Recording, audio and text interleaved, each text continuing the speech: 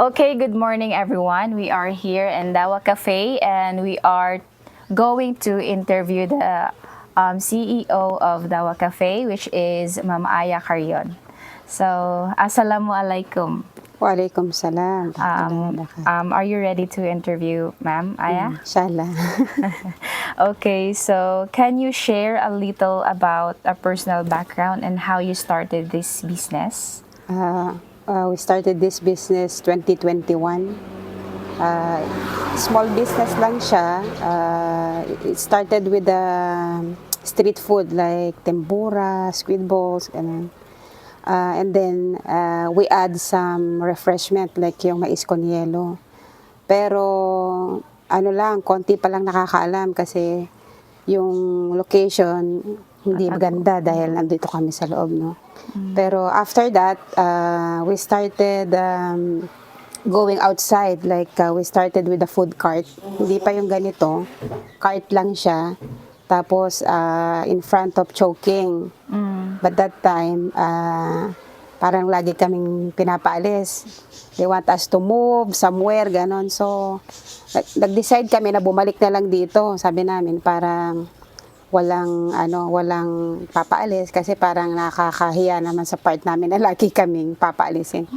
Hindi rin namin alam, siguro medyo natitreaten sila na maraming customers, ganon. So after that, nag-start kami rito. There are some customers coming in. But Odette came, December, no, 2021 din. Nasira yung maliit na store. After noon, nung nasira yung maliit na store, nag-build kami ng bago. Ito na, yung maliit na booth. Yan, yung maliit na shop. Hanggang sa, dahil Odette nga, at tapos pandemic pa yung sumunod, so yung mga customers walang masyadong pagkaabalahan ng pera nila. So napupunta lahat sa food. So marami talagang customer as in napupuno itong lugar na to, no. After noon, nung biglang nag-face to face at dumami na rin yung mga kainan sa labas, medyo naglaylo na naman yung business dahil marami ng kainan sa labas. So ang nangyari, nag-isip na naman kami ng bagong strategy kung paano namin ilalabas yung Dawa Cafe. So nag-decide kami na gumawa ng food truck. So doon nagsimula na yung food truck business. Pero yung Dawa Cafe, from the word itself, Dawa, no? It's Arabic term. Dawa means invitation or conveying the message. Since Muslim nga tayo, no? Maraming mga questions for non-Muslims kung Islam, ganon. So nag-decide kami na yung pangalan ng Dawa is maging yun na rin yung aming mission, na to convey the message. Just in case may mga non-Muslims na gustong magtanong tungkol sa Islam, nakakapag-convey kami ng message. So yun yung Dawa. Dawa is conveying the message at yung mga customers na interested sa Islam ay nakakapag-bahagi din kami ng Islam sa kanila. At least nawawala yung barrier na nakakatakot ang mga Muslim. Ngayon, mas kilala yung Dawa bilang masarap na pagkain, malinis sa pagkain, very affordable. So, yun. Okay, so how did you stay motivated during hard times? Siguro there are still customers na nagiging loyal sa atin. Kasi mahalaga yung meron pang naniniwala sa business mo. No? So minsan parang gusto mong ihinto pero gugulat ka kasi meron talagang pupunta, kakain, hahanapin yung mga food. So yun siguro yung nagmo-motivate sa ating mag-continue. Kasi meron pang mga customers talaga na nasasarapan, bumabalik at naniniwala sa mga pagkain natin na talagang masarap daw. Alhamdulillah. Yeah, it's true. It's really true that Dawa's food is very affordable and delicious. So we will start for the background and motivation. So my next question is, what inspired you to start your business?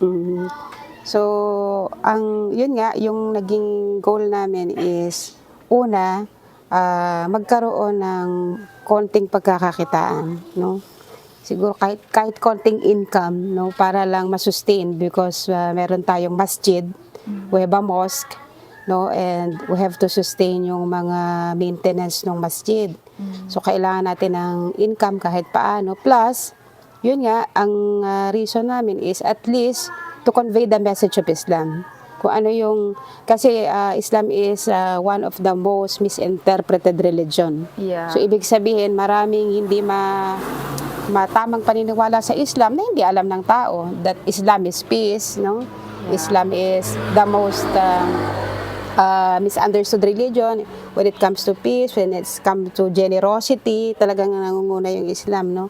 Pero hindi alam ng maraming tao yon. So para rin mawala yung misconception nila, mas pinili namin na gawin tong business na to at the same time sabihin kung ano nga yung totoong katuruan ng Islam. Okay. So, how did you come up with the idea for your product or service? Yung mga product nagsimula dun sa shawarma.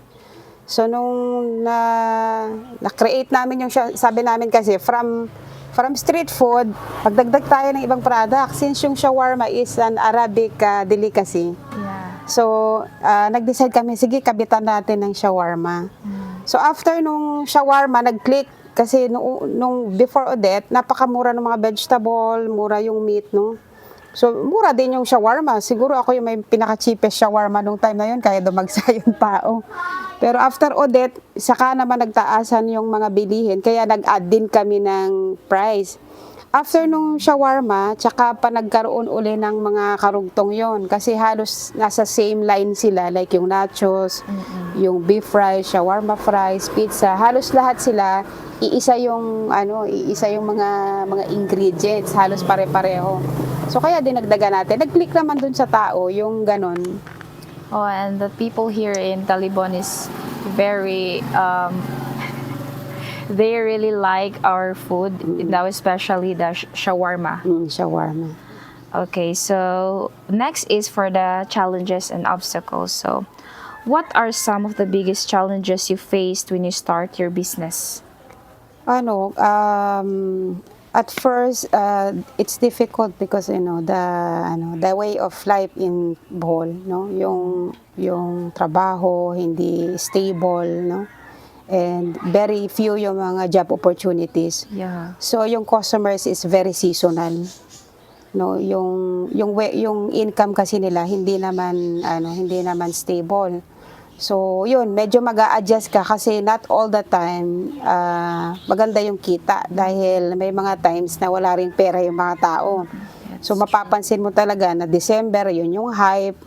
Summer, nag-hype din, no? Pero pag nagsisimula na yung pasukan, medyo naglalaylo except kung may mga holidays, ganun. So, yun lang. Pagka medyo hindi talaga season, medyo mababa yung sales. Pero, yun nga, babawi ka rin naman pagka nag-hype yung season. Kasi yun naman yung, kumbaga may kasabihan nga, strike while the iron is hot. So, kung habang mainit, paluin mo na. Ibig sabihin, itodo mo na kung medyo season. Yeah. Para at least meron kang ipon. Okay, so how did you overcome financial operation or market-related obstacles? So, Yung financial for the kasi ang strategy is pag talagang meron kang kinita, ibalik mo agad sa truck.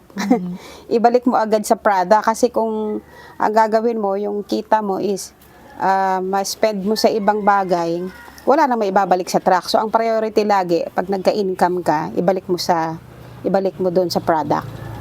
Kasi para ano man ang mangyari, meron ka pa ring ibebenta. Kahit gaano ka konti yung income, ang importante talaga maibalik mo sa product para magrolyo, para magdire-diretso siya. okay. So, did you ever experience moments when you thought of quitting? What kept you going?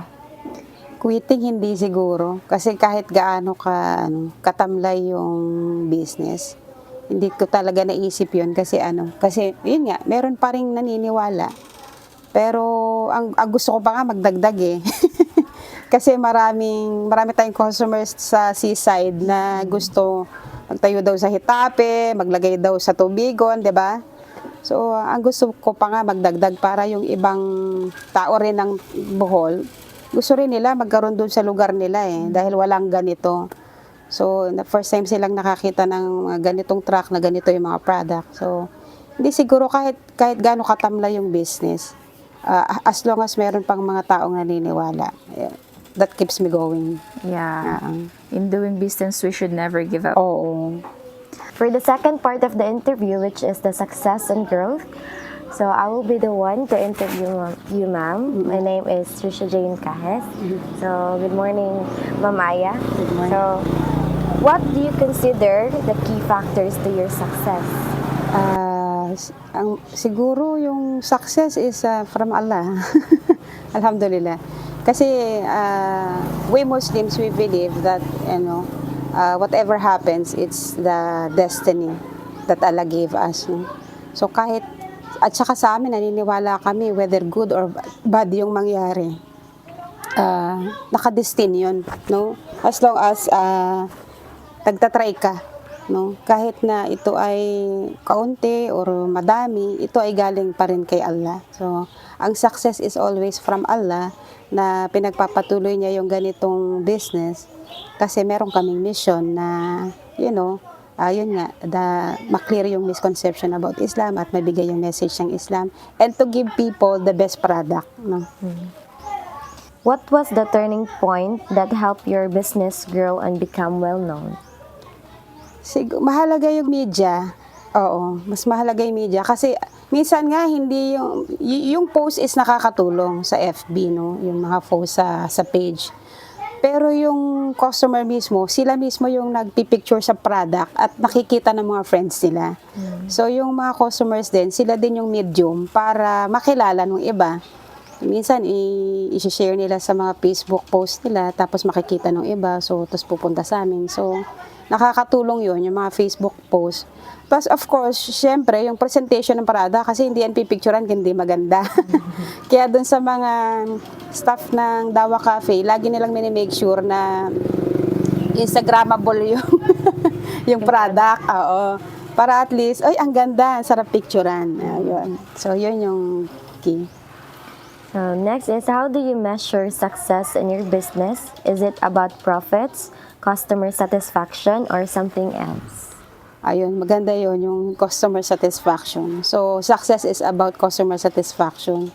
Second na lang yung profit kasi pag nakakita ko ng business na hindi maganda yung presentation, hindi maganda yung walang effort yung lugar, nanghihinayang ako. Kasi isa sa masasabi mong successful ka, pagka maganda yung product mo, maganda yung service mo, at maganda rin yung kung ano yung nakikita ng tao.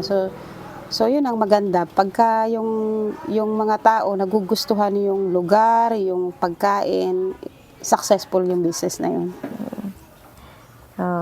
Next part is about your personal qualities and how you think as an entrepreneur. So the question is, what personal qualities or mindset do you think are essential to be a successful entrepreneur? Siguro bilang entrepreneur, no, lalo na yung small entrepreneur na katulad ko, ang importante is pakiramdaman mo kung ano yung gusto ng tao. Wag ka lang, kasi marami ko nakikitang business na nagsara na sa una gusto, pero sa bandang huli hindi. Siguro dahil hindi nila na-maintain yung quality ng product.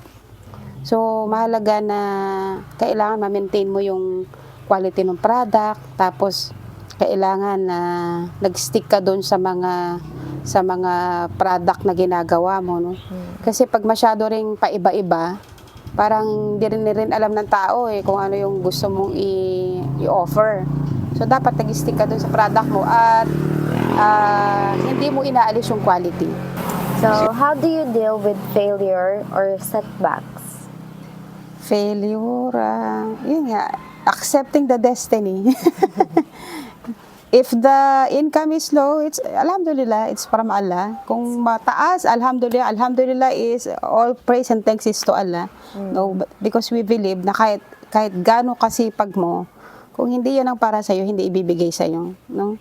Kaya maraming business na nagsasara dahil yung siguro hindi sila mindful na may Diyos na nagtatakda, no? Pero dapat continue lang kasi not all the time talaga malakas. Especially in Bohol. Lagi nga sinasabi ng iba sa akin, magpunta ako ng Cebu, magpunta ako ng Manila kasi mas stable doon. Pero mahal ko ang Bohol eh. Kasi I find my peace here, no? Yung lugar na to. So kahit gaano ka-challenge yung pagbe-business, okay lang sa akin. Basta at least, meron taong naniniwala. So next, ma'am, is how do you balance work and personal life as an entrepreneur? O yun, mahirap yan. Mahirap talaga i-balance. Pero, tinan mo ha, I'm a mom, tapos entrepreneur nga, tapos meron pa kaming mga study rito para sa mga children, sa mga Muslims, sa mga women, no? Pero alhamdulillah kasi binibigyan tayo ng Diyos ng lakas para magawa lahat 'yon.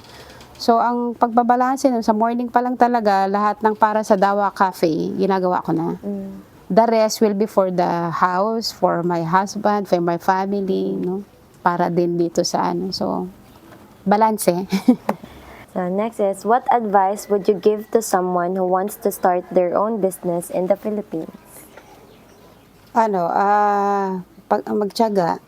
Pagtiyagaan lang. Kasi hindi talaga madali. Hindi madali na mag-business ka kasi, parang trial and error yan eh. Merong mga business na hindi nagiging successful kasi We're sorry, we didn't know that the mic got muted and sadly you can't be able to hear the owner's answer in this part. So we need to cut this part. So that's all for today, and thank you, Ma'am Aya, for your time to answer our questions about your business. And thank you, Ma'am Aya, for supporting our project, and we hope, inshallah, Allah will give us more blessings, and especially to your business. Allahumma amin. Thank you also for the opportunity. Thank you.